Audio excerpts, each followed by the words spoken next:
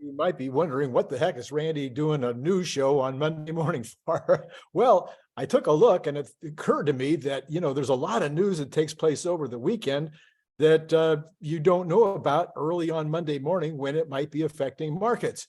So I thought I'd throw this out there. I did it last Monday and everybody seemed to like it. So here's number 2. If you do like the idea, hit the like button or wait and see what the news that I report is like and like it later if that appeals to you more.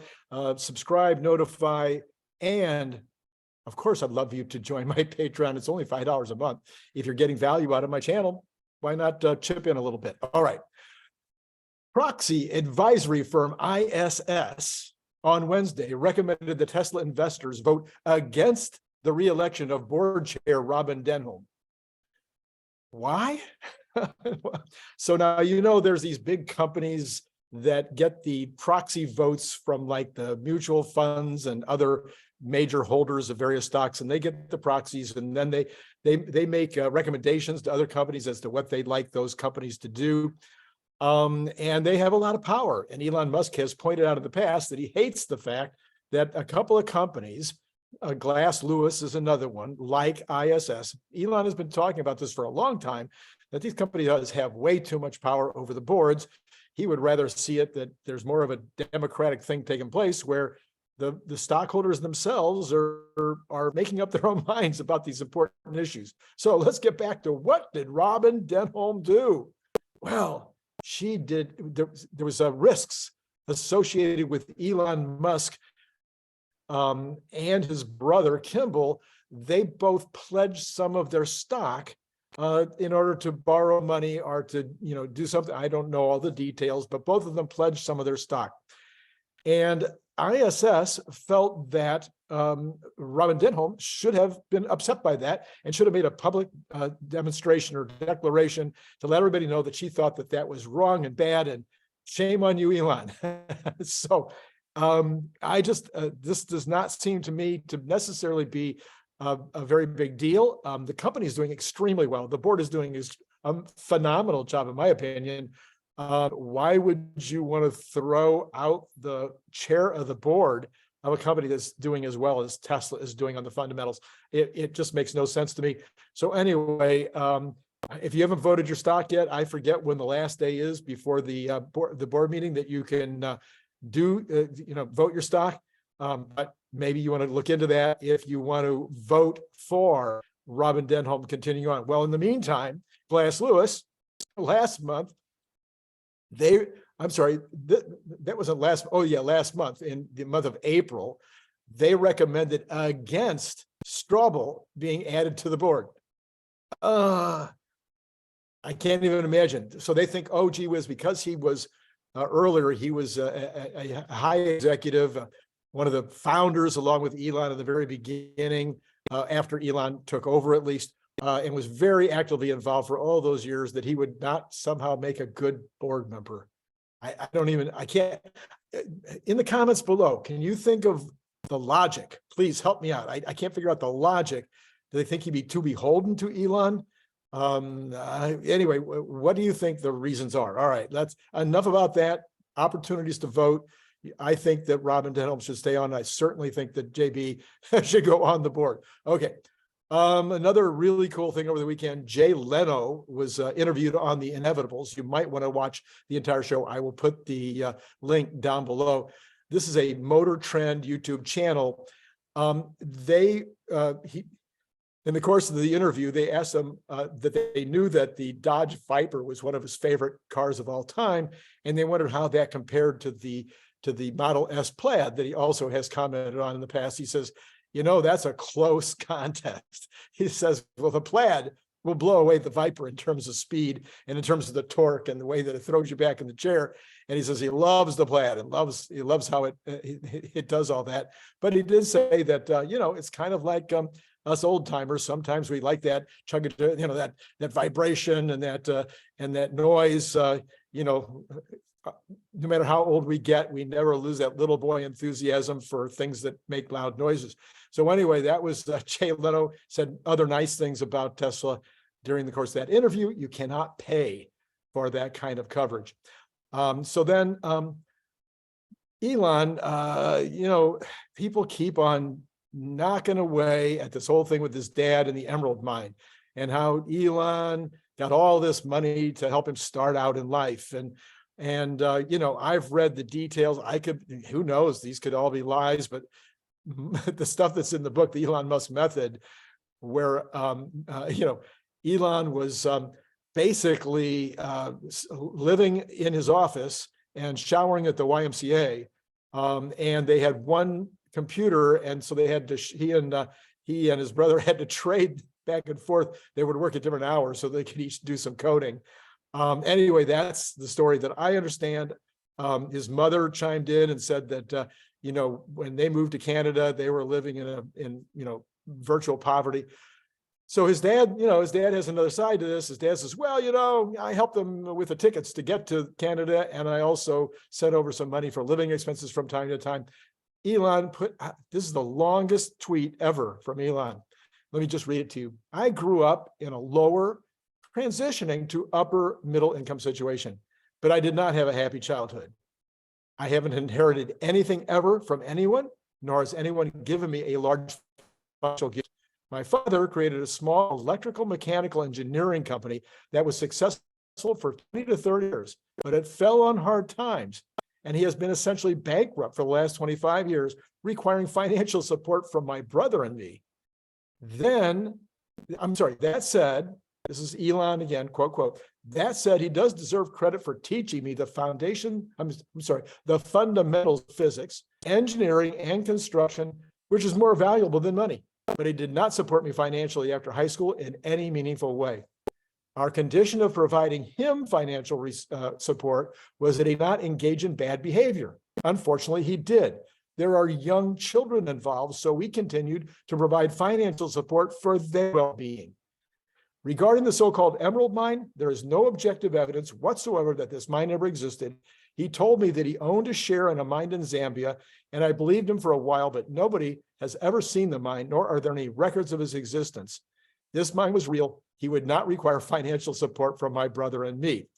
His dad, again, responding to all this, said that there was some kind of a deal with some Italian guy in Africa that owned an outcropping, and that there was some kind of financial deal, and he was making money off of this.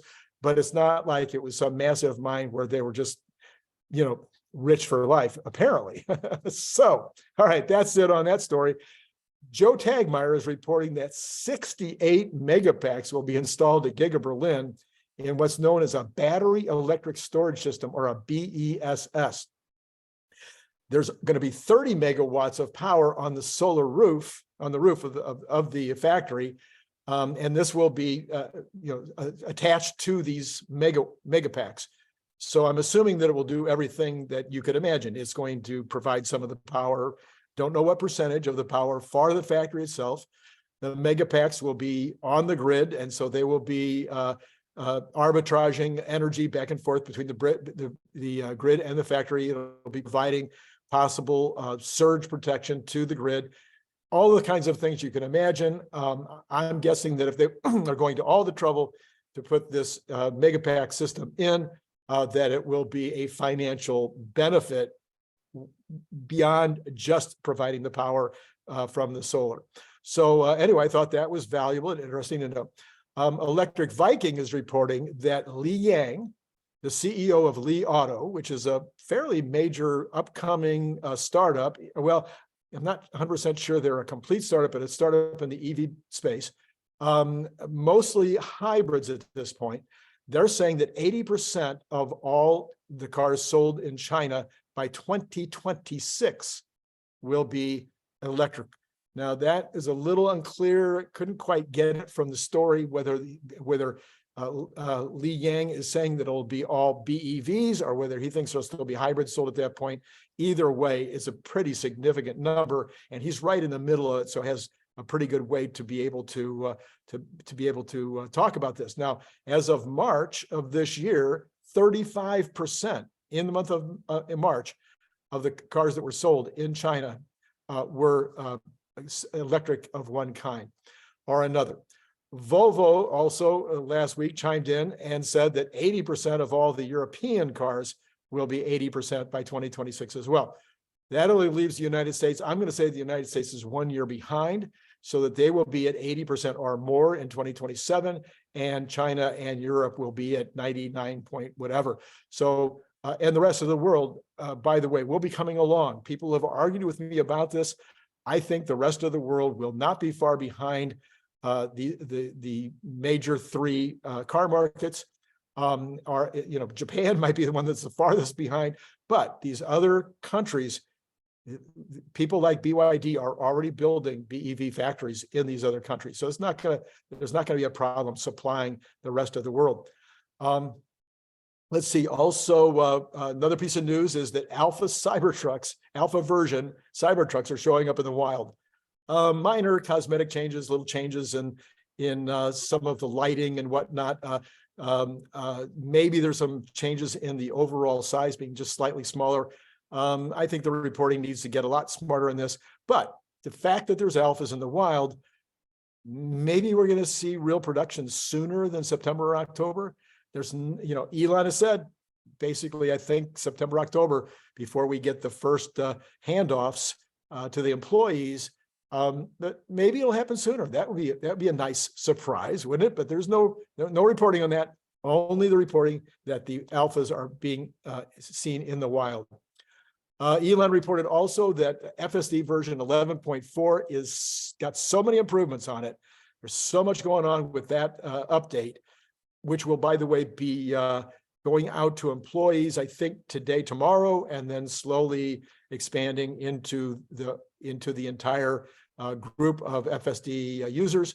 The 11.4 is so many improvements on it that it should have been dubbed FSD 12, version 12. But he says that, let me quote him, is reserved, FSD version 12 is reserved for when FSD is end-to-end AI, from the images in to steering, brakes, and acceleration out.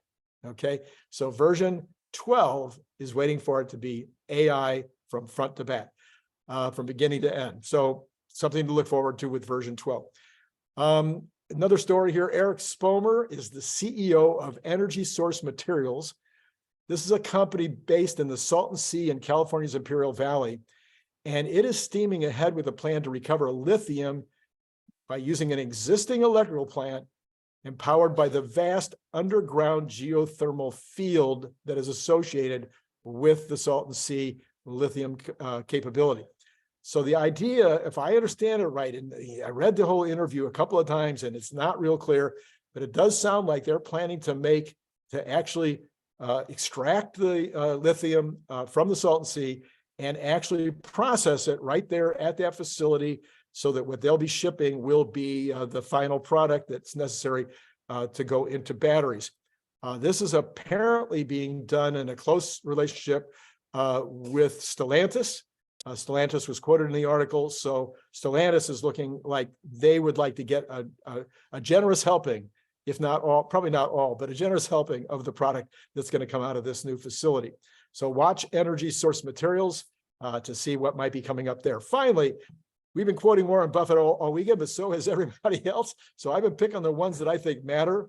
Warren Buffett, actually in this case, it wasn't him, but his 99-year-old partner, Charlie Munger, quoted from the annual meeting just the other day. He said, Musk would not have achieved what he has in life if he hadn't tried for unreasonably extreme objectives. He says, we are different. He means Charlie and him. Charlie and I are looking for an easy job that we can identify. So he wanted to differentiate. He was also quoted as saying, the BEV business, not that interesting to us because it's very difficult. The automobile business in general is difficult. We feel this is a difficult area. Of course, they are an early and still a big investor in BYD. So they have dipped their hand into that pond, but they were very complimentary about Elon Musk when asked what he thought about Elon, and saying, yes, we think that he has an inflated opinion about himself, but if you don't have that inflated opinion, you're not going to take these kind of risks. So that's it for Monday morning, the weekend report. I don't know what we'll call it. Anyway, if you liked it, if you think this is a good idea, you'd like me to continue to do this on Monday morning, please hit the like button. And then look down below, check out these stories that are, the stuff that's coming up this week is in many cases going to be mind-blowing. I have already put some catalysts up on my Patreon page. I've now got 26 catalysts or market movers over the next 12 months. And many of these are major market movers. And it's not like these are speculation. These are things that are going to happen. So I encourage you to join Patreon and go take a look at those, but I will be doing some videos on them. I want to say Tuesday afternoon and Thursday afternoon, something like that. But down below, I've got it listed as to when I think I'm going to do them. Now, the list down below of the shows that are coming up, that is a little speculative because sometimes something comes up newsworthy or in terms of an interview that I can do that's more important than what I've got planned. So you'll notice sometimes I do a little juggling, but it's a rough idea of what's coming up. And if you really want to be sure that you never miss an episode, then just hit subscribe and notify, and you'll get a notification letting you know when a new video has gone up. And then, of course, love to have you join Patreon. So that's it. And hey, it's been great talking to you.